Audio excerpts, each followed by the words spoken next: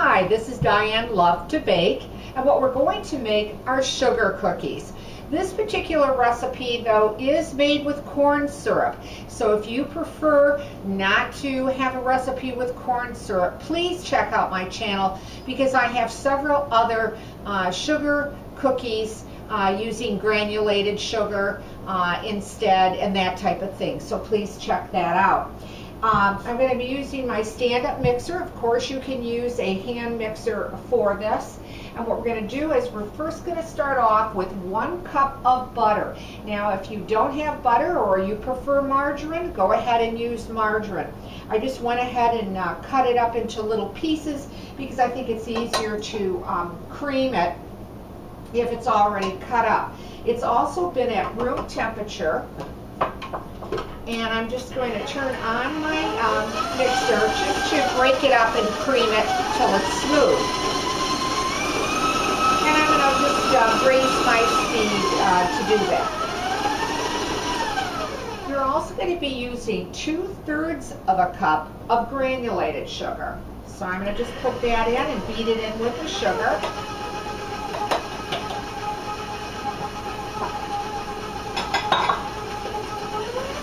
And just beat that till it all comes together. And that shouldn't take but a few seconds. Next, what you're going to do is you're going to be putting in light corn syrup. And you need a 1/2 cup of that. So 1/2 cup of the corn syrup. Okay. And we're just going to beat that in until it becomes very smooth. And again, that won't take you very long at all. The next thing we're going to put in is a tablespoon of lemon juice. I don't know, but I have a feeling that to me, the lemon juice is what makes the cookies so crisp. And it gives that little bit of flavor to them that, well, they really taste delicious. You're also going to be putting in 1 egg, and I've had that at room temperature. And I'm going to beat that in so it becomes smooth and pale yellow in color.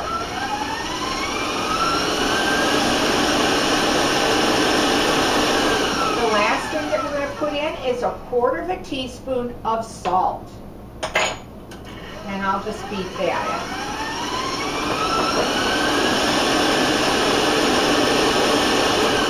Now, to finish off our dry ingredients is flour, of course. And we're going to be putting in 3 1/2 cups of all-purpose flour. And here, I'm going to show you what this looks like. And I can clean the sides of my mixing bowl here. So it'll look like that before you put the flour in. So I'll start putting that in slowly. Whoops. So it doesn't go all over the kitchen. I'll raise it up just a little bit. I'll put a little bit more flour in. And you want to continue to do that till it's all combined. But that was 3 1/2 cups of all-purpose flour. Put a little bit more in. There we go.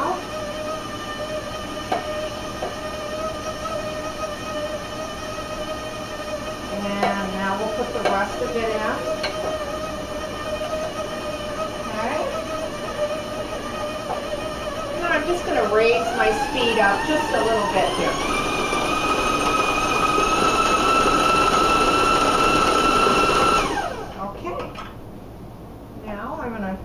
Take my paddle off, take my excess off, and I want to show you what the dough will actually look like. Okay. Let me just clean the sides of the bowl here.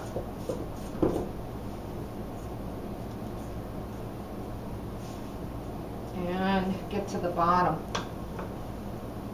it will look like this. It'll be a really, really pretty ivory cookie dough. Now what you're going to do though is you're going to put some saran wrap or a towel, a clean towel over the top, and you're going to refrigerate this or chill it for at least 1 hour. And the reason being is because it's going to be much easier to work with. Now I have some that has been chilling in the refrigerator. So I want to get that out, and I'll put that in my refrigerator, the cookie dough that I just made. And when it comes out, after being chilled, it will look like this. And I find that I work in thirds at a time, and I actually keep it chilled till I need it, and to go in the refrigerator, take another third out and work with it.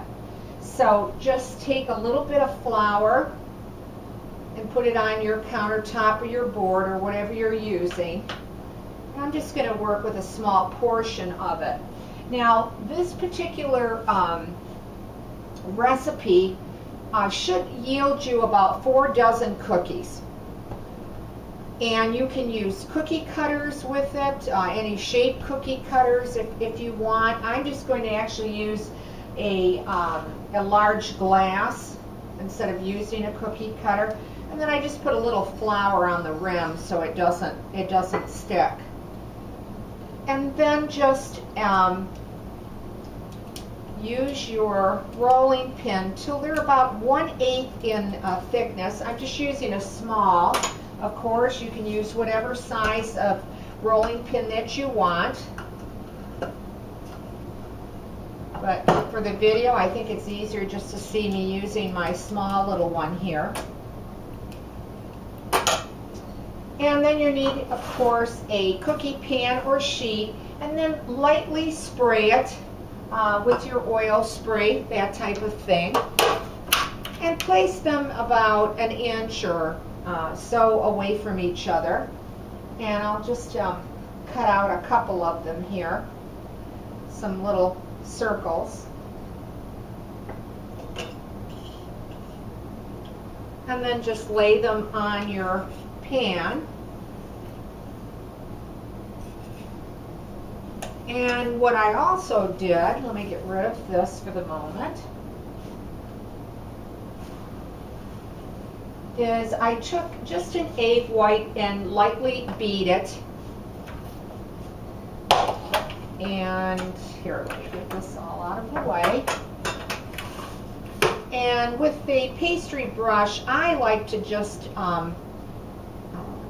take a little bit of the egg white over the entire top of the cookie, so that whether you're using coarse sugar or granulated sugar or colored jimmies, I have chocolate jimmies that bake really nicely on these cookies. Just cover the top.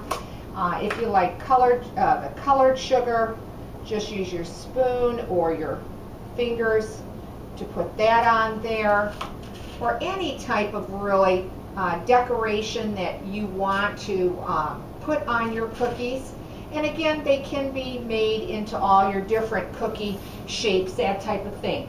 You're going to bake them at 350 degrees, and they're going to take you anywhere from 7 to 9 minutes. So do start checking them. I like to check mine around 6 minutes or so, because as we know, all ovens do set up so differently.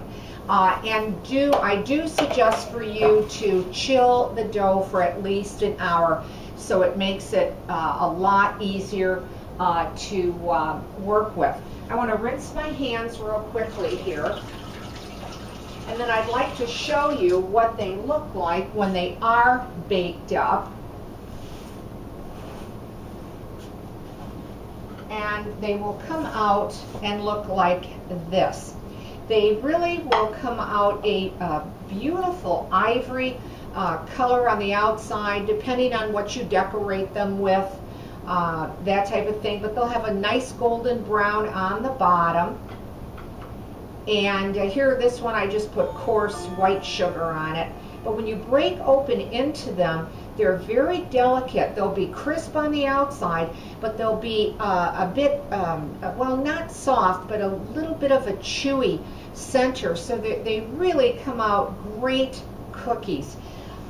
It's a quick recipe, a pretty easy one to make, and I hope you like this one. If you do, leave a comment because I'd like to hear from you.